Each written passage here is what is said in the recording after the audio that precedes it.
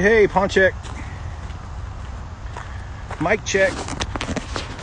1, 2. What's up, everyone? Putting eyes on the pond again.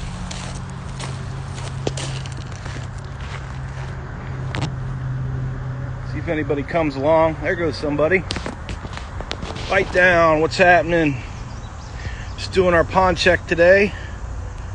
Styles, welcome. Big E, welcome. Welcome, everyone. Checking out our pond project this Friday morning. Got a little algae popping up. Filamentous. See it floating there. You can see it here.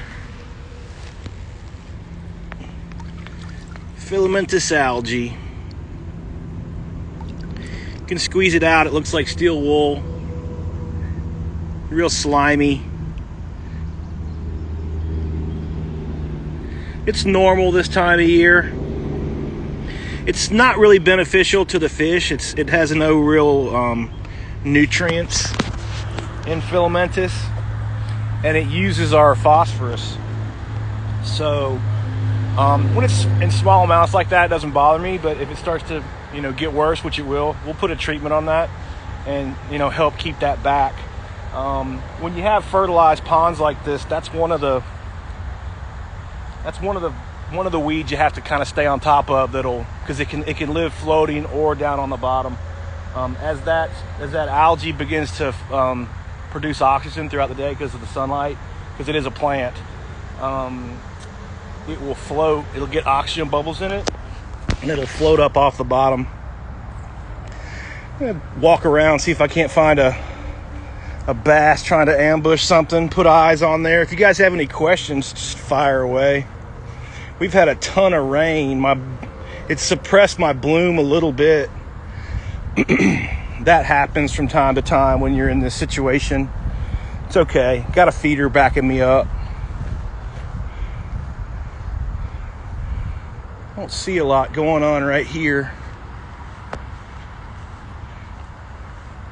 Go check back by the feeder. What's up, Jeff? We need to get together, man. Haven't seen you in a while. I need to go fishing. Good to see you on here, man. Try to come out here at least once a week and put eyes on it, answer questions if you guys have any. This pond's coming along well. We're just discussing putting threadfin shad in maybe in about a month once our bass get a little bit bigger. I want them a little bit bigger than what they are probably right now. I would expect them to be 4.5, maybe 5 inches right now.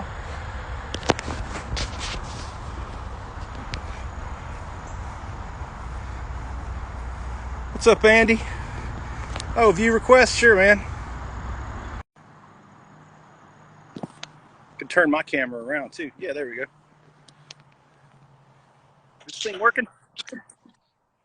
This thing on, man? My hat's a little flat. You there, bro?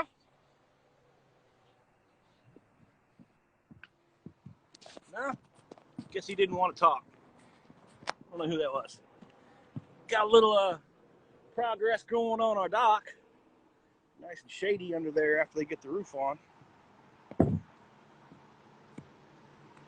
Thing's looking pretty good. Throw them some fish food.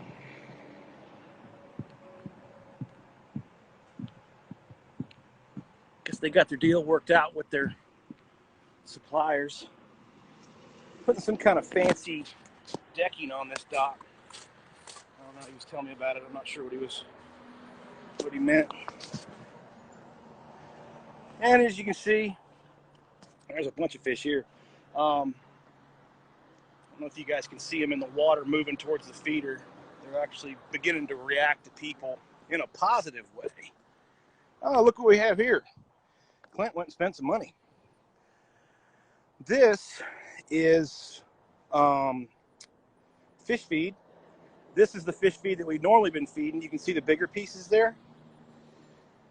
Okay, that is floating catfish feed, and it is 32% protein. This is what they call fingerling feed. or here, let's throw some in. Guys are like, hey man, come on. Now the fingerling feed, you can see it's a little higher in protein, actually a lot higher in protein. Your fingerling feed goes right to the bottom, so the lower protein feed floats on the surface. See how the larger pellets float? Those small pellets went right to the bottom, and there's tons of fish down there feeding. I'm trying to get the camera angle up high so you guys maybe can see them. So what happens when you feed 32% protein feed? That's fine. Do it consistently every day, and it'll help your pond a lot. If you throw, say, 100 pounds of feed in to your bluegill, on 32%, they'll convert half of that to protein. So for every 100 pounds you add, your fish will gain 50 pounds. With this higher protein feed, see, this stuff's like, I think 70 or 80%. I'm not sure what I'm sorry, 50% protein feed. It's probably 50%. They're going to convert that at an 80% rate. So for every 100 pounds of that hits the water, 80 pounds turns into protein because of the higher protein content in the feed. There's a higher price tag for the higher protein content, much higher, but it's extremely beneficial.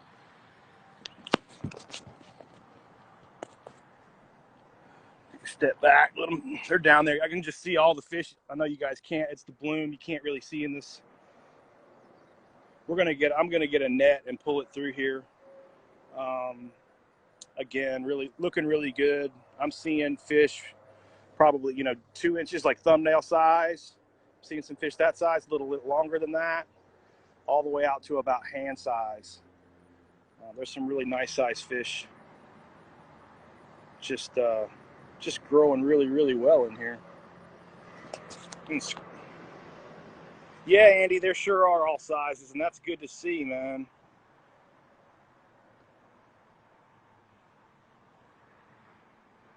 Okay, no questions. That's cool.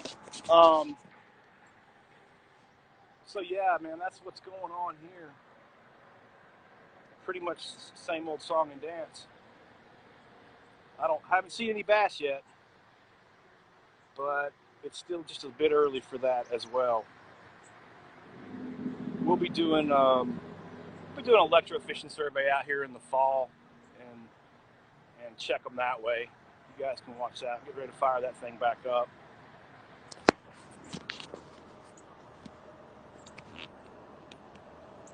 Thanks, Andy, man. Appreciate that. Andy says good work. I really appreciate that, man. Oh, bluegill look like a bass. What was that song? Dude look like a lady? Yeah, bluegill look like a bass. Just for a second.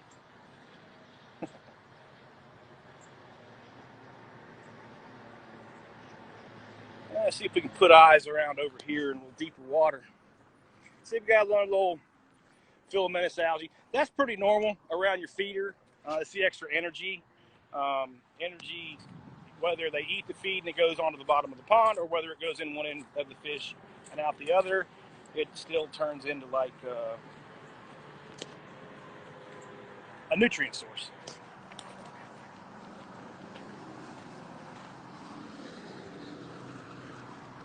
All right. A lot of fish movement there. It's kind of up on this ledge.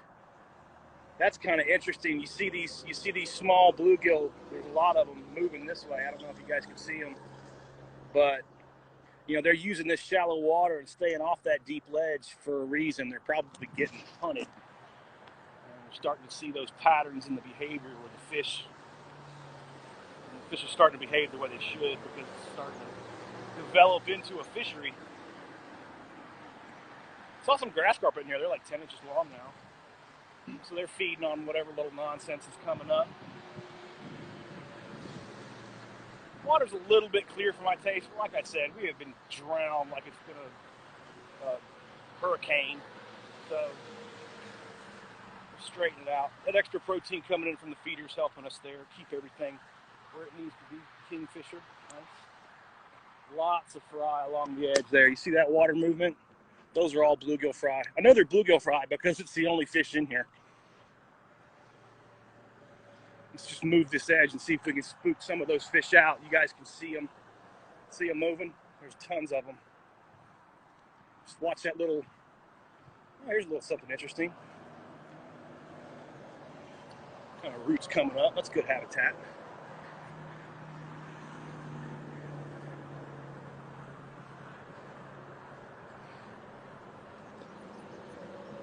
We got good gravel all in here, fluffed up on our fabric.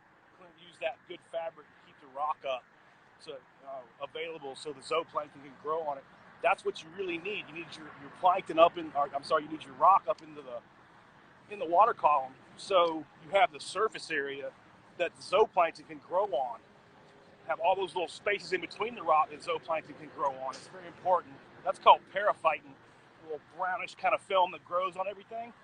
And that's an important source of zooplankton for your bluegill. Lots of fish moving there, lots of movement. I don't know if you guys can see those, just little tiny little, barely see, almost like drops of water on the surface, but it's just thousands of bluegill down there. And that's good because that's about the size of the fish that our little bass are eating right now. You know, they're only about like maybe that big. So all this is forage for them.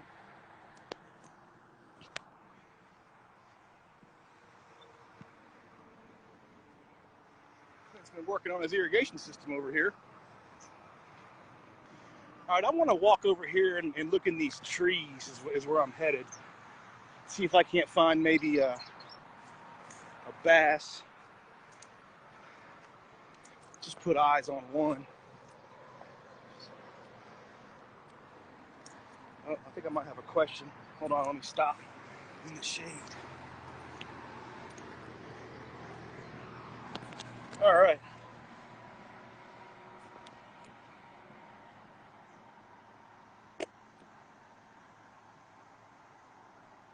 Oh, thanks, Andy, man. Andy says the page changed his whole game. That's good, dude.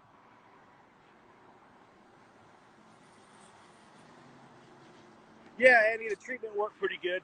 It's really not a concern here. Really hot here today. Here in Georgia, we have really soft water, so our algicides work super well. It's super easy to control algae in soft water. I can control all that algae with maybe everything we looked at there. I could put 3 ounces of liquid copper algicide into like a Windex bottle and treat this whole pond and get rid of most of that algae with 3 ounces in that Windex bottle. Take that same problem, move it north where there's more limestone, and that's not going to happen. You need a couple gallons just to control that. So that's where your water chemistry and understanding that comes into play with your treatments.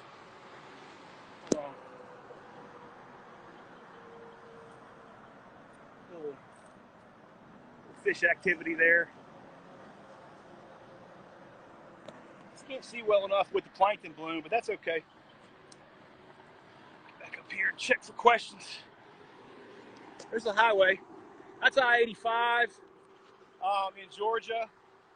Let's see, right around mile marker about 135, I guess, 134, 135. That way's going north. That's the northbound side, and that's the southbound side across from us there.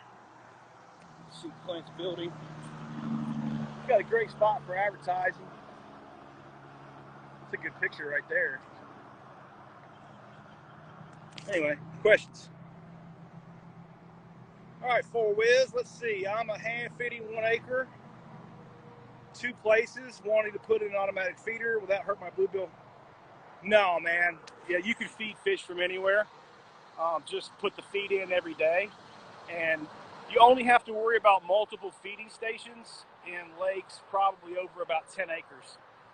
So you can just put the 1 feeder on there and turn it on. Most of the bluegill that are going to find that feed and do it will move to it and then move back into the pond. They'll come to it every day. You don't have to worry about spreading out your feed on a 1 acre pond. It's not a big enough pond. Let's see. Treatment. Hey, what's up? What's up, Tommy? What's up, TGA? Thanks for joining. If you guys have any questions about pond management or about what's going on, fire away. I'm getting ready to switch off. Just walking, keep putting eyes on it, keeping an eye on it, talking about it, you know.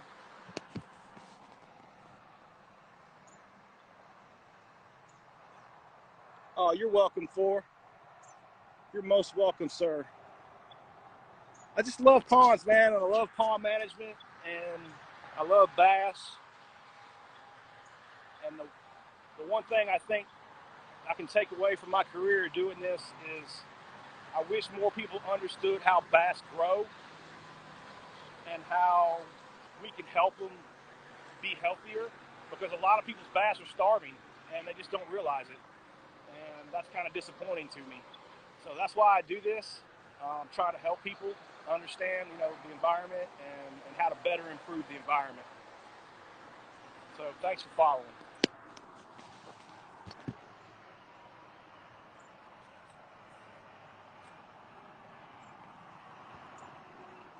Any other questions? I'm going to scroll through. All right, I'm going to go back to work, guys. Again, thanks for everything, and I'll be back next week. Same bat time, same bat channel. Later.